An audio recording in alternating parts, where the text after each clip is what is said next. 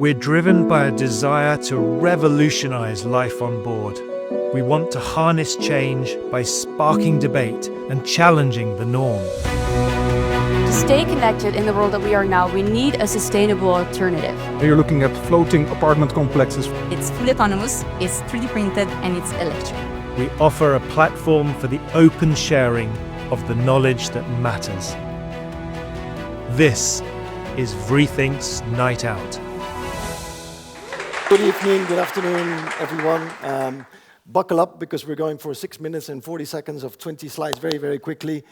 Be open to change. That's the most important message I'm going to tell you, because today we're going to talk about nuclear propulsion, something completely different. Like John F. Kennedy said in the past, change is the law of life, and those who live in the past or in the present are certain to miss the future. Look at these two slides. Fifth Avenue, New York City, 13 years apart, 1900 and 1913. Look at the difference in 13 years. Horse-driven carriages versus cars. Same is happening within the maritime industry. Of course, we went from sails to coal to steam to diesel to methanol to hydrogen and potentially also to nuclear. But the forces behind it are different. There's not economical drivers, they're not technical drivers, they're sustainability and environmental drivers. So let's have the guts and let's open up to the possibility of potentially using something which might sound a bit scary, called nuclear. And it isn't that scary if you really go into the details. You can ask yourselves, why on earth are we only moving to nuclear now? Why didn't we move to it earlier? Or why are we moving to nuclear anyway? Because the time is right. There's huge environmental challenges upon us, and we cannot solve it just by going ahead with what we have nowadays in terms of fuel. So that needs to be addressed. From a technological point of view, the technology nowadays, when it comes to nuclear fuel, it's not the high pressurized water reactors which can explode and radiate nuclear waste material everywhere. The technology behind it is quite simple, low pressure, inherently safe mechanisms.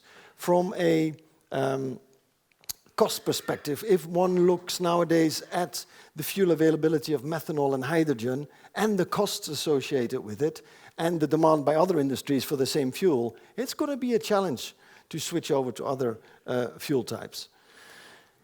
The technology behind it is not that complicated. In fact, the technology behind the reactor itself is very straightforward, and like I said before, inherently safe because of the technology behind it. So also for use on board, it is actually feasible.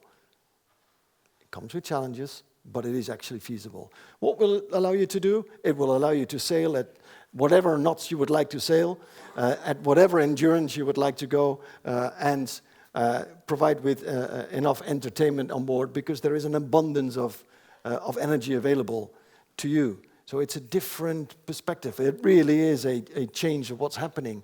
We've done some analyses when we looked at sort of the cost benefits throughout the year. We compared a bulk carrier carrying, running on fossil fuels and then one on nuclear fuel. And we've actually seen that it's economically more beneficial to run it on nuclear fuel for a period of 30 years. So there is actually a financial incentive as well. And last but not least, of course, most importantly, nuclear fuel doesn't create any greenhouse gases, doesn't emit any other particles. So it helps us in this quest to make the environment safer for ourselves and sustainable for our future kids. Like I said, the technology behind it is inherently safe. It doesn't require any pumps in order to make sure that you have cooling. It doesn't really require an emergency planning zone like you would have with large reactors. You don't need it. So it is actually possible and feasible that you can have this nuclear reactor. I've given up on this thing. You can have the nuclear reactors on board of a ship, probably not owned by the owner, but probably owned by the company who's actually produced it. But it's actually feasible within probably about 4 to 5 years to have these on board. And considering it takes 6 years to build, 5 to 6 years to build a yacht, it is actually possible to use. The benefits definitely are abundant energy, endurance, distance, speed. There is no limit to the amount of energy you can use on board. Whereas nowadays everybody's looking at, well, we've got to reduce fuel consumption, we need to be careful with what we do with energy. It's a completely different mentality. Of course, fuel waste is an issue, but fuel waste is an issue with fossil fuels as well.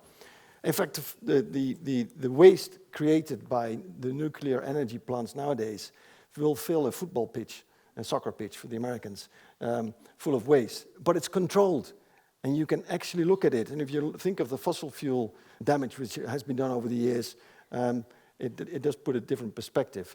There is a scare about terrorism with these nuclear-fueled units. Well, the nuclear fuel on board of these yachts, because of the inherently safe concepts on board, make it such that it is really not possible to steal the nuclear material, and on top of that, you'll need an abundance of this material, so you need to rob it from 100 of yachts in order to create a dirty bomb.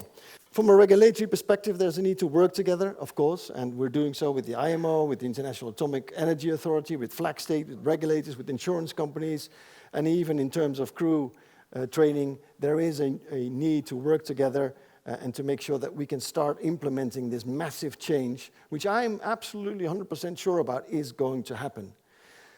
To go back to the change, like a Chinese verb once said, best time to plant a tree is 20 years ago. The second best time is to do it now. And I think we're now at that stage that it's time to do so. The industry should be ready to embrace this massive change. You know, we're also very much susceptible to the change within the world, and the yacht industry will also need to take its responsibility. We can do it together, we will do it together, and I'm pretty sure that in about 5 to 10 years' time, you will actually see the first nuclear yachts hitting the water. Thank you.